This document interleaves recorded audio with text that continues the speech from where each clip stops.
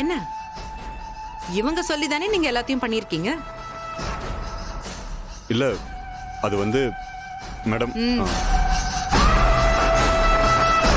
திவ்யா, ஒழுங்கா உண்மையை சொல்லணும். ஏதாவது சொதப்புனேன்னு வையேன், இதே ஸ்டேஷன்ல வச்சு உன்ன வேணாம். ரொம்ப வயலண்டா பேசுற மாதிரி இருக்கு. ஆனா எனக்கு லாக்அப்ல போய் உட்கார கவலை இல்ல. என் குடும்பம் வெளியே போனா மட்டும் போதும்.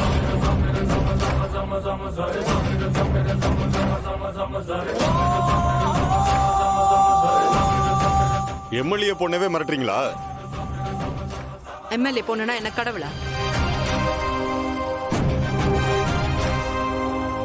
அந்த கடவுளா இருந்தாலும் தப்புன்னா தப்புன்னு சொல்றவன் நான் சும்மா விட மாட்டேன்.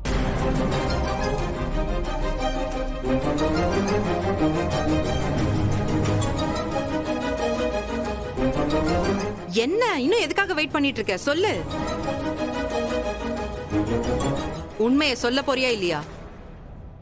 இந்த வரதட்சணை கேஸுக்கும் துளசிக்கும் எந்த சம்பந்தமும் இல்ல.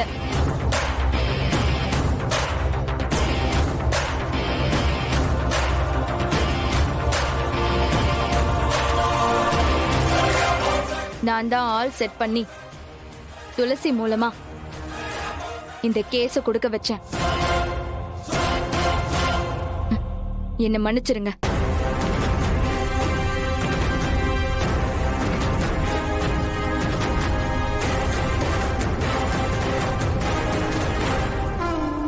Thank you sir. போதுமா இல்ல வேற ஏதாவது வேணுமா? நான் ஒரு போன் பண்ணா மீடியா மொத்தமும் இங்க வரும்.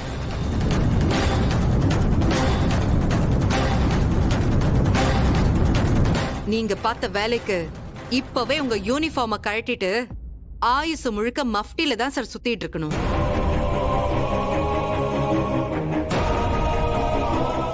இன்னும் 5 நிமிஷத்துல என் மொத்த குடும்பமும் இந்த ஸ்டேஷனை விட்டு வெளியே போகணும்.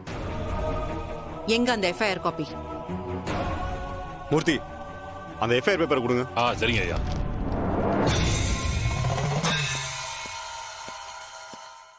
ம்